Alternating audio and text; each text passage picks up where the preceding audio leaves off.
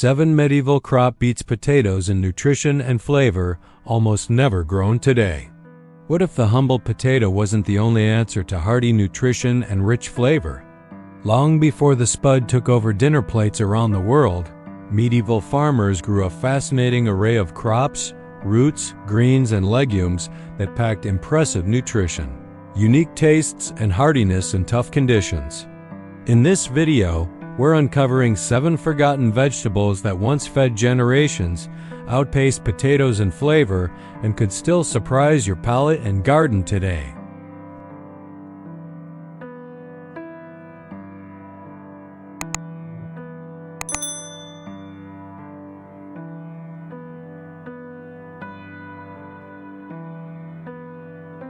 One, skirret, the perennial sugar root.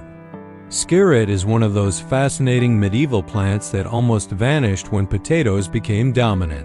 Yet it's worth rediscovering in modern gardens because of its unique, sweet, nutrient-rich roots. The name skirret actually comes from Old Germanic words meaning sugar root, hinting at its naturally sweet and pleasant flavor, something that was prized by European growers long before cane sugar appeared. In appearance, skirret produces a cluster of bright white, sweetish roots that can grow up to 15 to 30 centimeters long and resemble a mix between parsnip and carrot. Unlike potatoes, skirret is a true perennial, meaning it can come back year after year with minimal replanting effort. This makes it ideal for low-maintenance gardens or permaculture systems where perennial plants are valued. Its tolerance for cold weather means you can leave the roots in the ground over winter in many temperate zones. And after a frost, the flesh becomes even more palatable. Because of its hardy nature, gardeners in cooler climates can harvest skirret later than other root crops, stretching the fresh food season. In terms of nutrition, skirret is more than just a sweet treat. It offers vitamin C, potassium, dietary fiber, and beneficial antioxidants, which together support immune health and digestion. While it might not replace potatoes ounce for ounce in calories, skirret's naturally sweet flavor and fiber content make it a valuable crop for anyone interested in diverse, nutrient-dense vegetables. If you're curious about adding old-world plants to your garden, skirret is a living piece of food history that tastes as good as it looks.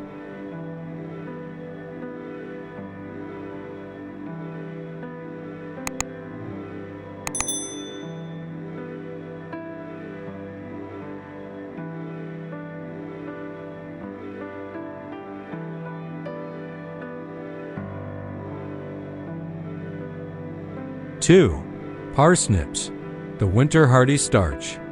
Parsnips are a quintessential Old World root vegetable, historically important long before the arrival of the potato in Europe. These creamy white roots belong to the same family as carrots and parsley and have been cultivated since ancient times for both food and flavor.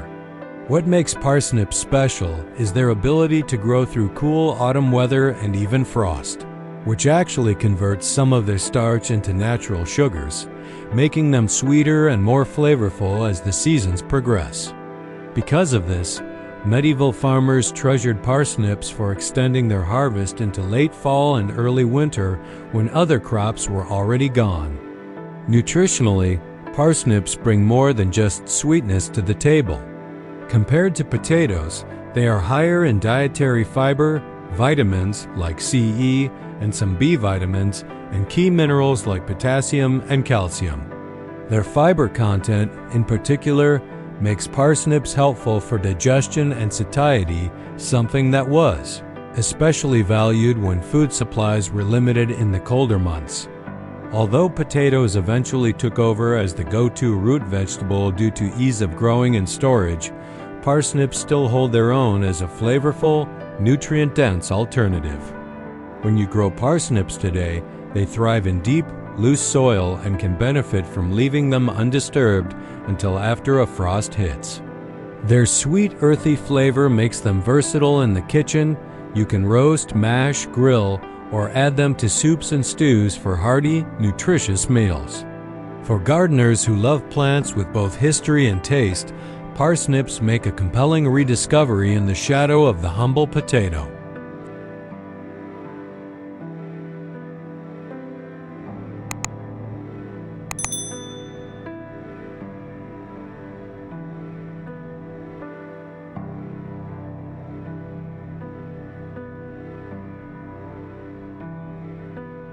Three, fava beans, the high-protein staple. Fava beans, also called broad beans, were a central protein source in European and Mediterranean diets long before potatoes became widespread.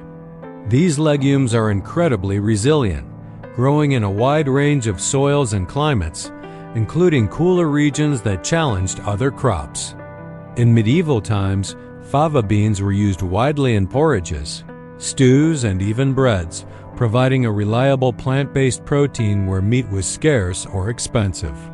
In terms of nutrition, fava beans are impressive.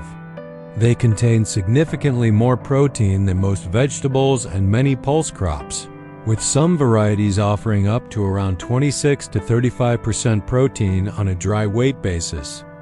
This makes them an exceptional staple for vegetarians, as well as anyone seeking to boost their intake of plant protein naturally. Beyond protein, fava beans also supply dietary fiber, essential vitamins, especially folate, and minerals like iron, magnesium, and phosphorus, all of which contribute to overall health and energy. From a gardener's perspective, fava beans can also benefit the soil due to their ability to fix atmospheric nitrogen, enriching the earth for other crops planted afterward. Growing them in your plot not only provides a nutritious harvest but can improve yields of successive plantings. Whether you're a history enthusiast or a modern grower, fava beans are a reminder of how ancient crops can still offer robust nutrition and flavor that compete with, and in some ways surpass, common staples like potatoes.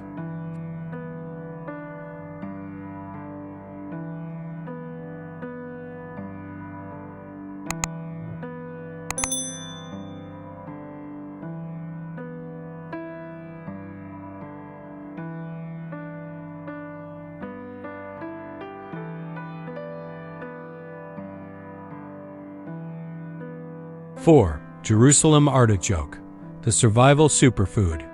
Jerusalem artichokes are wonderfully resilient plant treasures that many people today know as sunchokes, a name that reflects both their sweetness and versatility in the kitchen.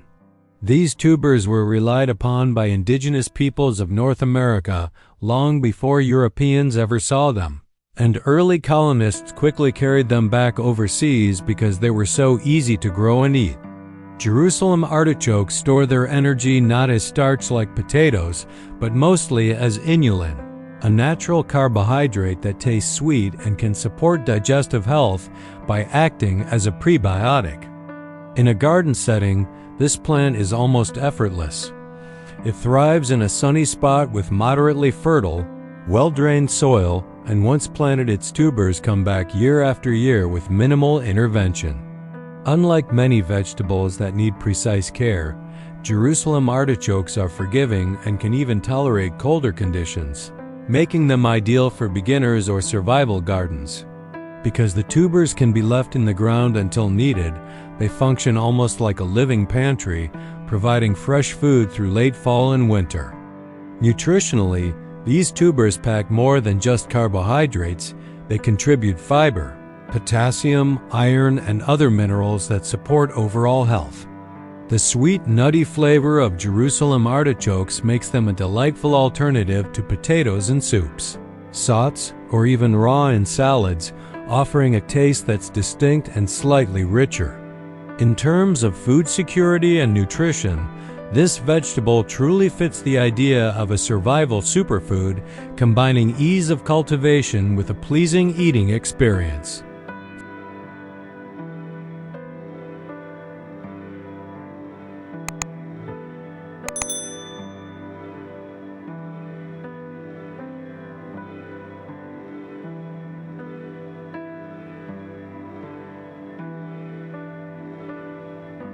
Five, salsify, the vegetable oyster. Salsify is one of those old-world vegetables with a charming personality both in the garden and on the plate. Its long, slender root hides creamy flesh that many people describe as having a mild, delicate flavor reminiscent of both artichoke hearts and oysters, which is why it earned the nickname the oyster plant. During growth, it resembles a tall, slender parsnip, but inside this humble appearance lies a unique taste and texture that elevates everything from hearty winter soups to springtime salads. It's a root vegetable that's easily overlooked today, yet historically salsify was widely cultivated across Europe in the same era potatoes were just beginning to make inroads. Nutritionally, salsify is more than just an interesting flavor. It contributes dietary fiber, moderate vitamins, and minerals similar to other root crops. And its fleshy taproot offers a satisfying, hearty texture that holds up well in a variety of dishes. Wall gardeners appreciate that it can be grown in most gardens, needing only deep, well-drained soil and plenty of sunlight to develop long, straight roots. Unlike some vegetables that demand daily attention, salsify is known for being relatively low maintenance once established, only requiring consistent moisture and routine weeding to keep competing plants from crowding its taproot as it matures. Cultivating salsify is a lesson in patience and reward. The seeds are sown in early spring, and because they germinate slowly, you learn early on that this vegetable is about taking the long view toward flavor and texture.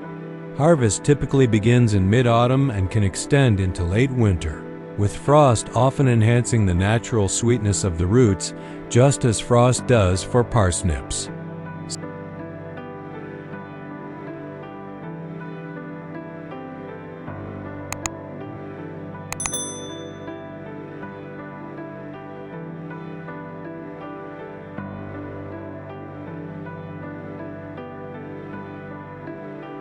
Six, Scorzonera, the creamy black salsify.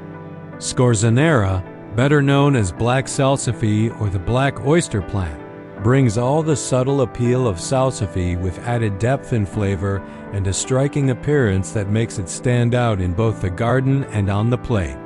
This vegetable is native to southern Europe and has been cultivated for centuries. Its classic long dark root conceals a creamy, white interior with a gentle sweetness and smooth texture that many gardeners and chefs find delightful. While salsify and scorzonera are similar, black salsify often has a slightly richer flavor and can be more frost-tolerant in cool climates, a feature that allowed it to be a reliable winter crop when older agricultural systems relied on hardy, storable vegetables. From a nutrition standpoint, scorzonera brings more than just flavor to the table. Its roots provide dietary fiber, vitamins, including C and B vitamins, minerals like potassium and iron, and beneficial inulin, a plant carbohydrate that supports gut health and offers a gentle sweetness. Unlike modern high-starch staples like potatoes, this combination of fiber plus vitamins and minerals made black salsify a hearty and health-promoting crop in traditional diets. For gardeners, its deep taproot requires well-prepared soil free of stones and compaction, and patience is key. Roots are usually ready to harvest from late autumn through winter, and frost can actually enhance their mild sweetness and texture. Culinarily, scorzonera is a versatile gem. When peeled and cooked, it blends beautifully into creamy purees or rich root stews, and its tender texture is often compared to that of asparagus when young shoots are harvested.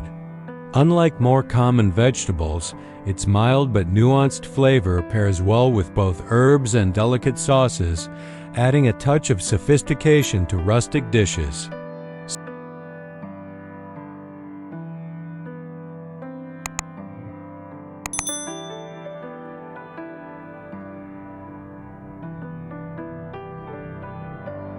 Seven, Good King Henry, the all-in-one perennial. Good King Henry is an extraordinary example of a vegetable that provided multiple edible parts from one plant: leafy greens, tender young shoots, and even flavorful stems, making it a true all-in-one staple in historic gardens before modern crops dominated. This perennial leafy green belongs to the same family as spinach and quinoa, and its tender leaves were once a valued source of vitamins like C and iron at times when fresh greens were scarce in early spring. Its flavor is often described as earthy and mild, similar to spinach, and while the leaves become more bitter later in the season, young shoots can be enjoyed like asparagus and flower buds fried in butter for a treat that combines wild flavor with cultivated ease. One of the most fascinating aspects of Good King Henry is how it bridges the gap between a garden edible and a wild plant. It grows vigorously and self-seeds readily, appearing both in tended plots and along hedgerows. Because the plant tolerates partial shade and a range of soil conditions, it can thrive in gardens with less than ideal ground, which made it particularly useful for crops grown in cottage gardens and small plots. While it provides greens throughout the growing season, it also returns year after year as a perennial staple, reducing the need for annual resowing and giving gardeners a dependable supply of fresh leaves and shoots. In the kitchen, Good King Henry can be used just like spinach, boiled, steamed, sautéed, or added raw in small amounts to salads, and its young shoots before full leafing can enrich spring dishes with fresh, vibrant flavor. While it's lesser known today, this plant was historically important for adding nutritious greens when other crops were scarce, particularly in cooler climates where winter stocks could be low.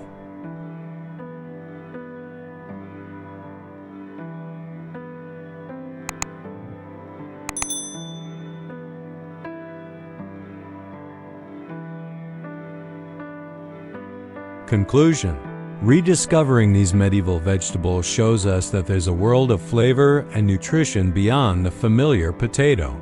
From the sweet, inulin-rich Jerusalem artichoke with its surprising culinary versatility to the creamy, delicate salsify and the nutrient-dense perennial Good King Henry, these crops remind us how diverse and resilient our food heritage can be. Whether you're a gardener looking to grow something extraordinary, a cook seeking bold flavors, or simply curious about historical foods, bringing these plants back to life can enrich your table and connect you to centuries-old traditions.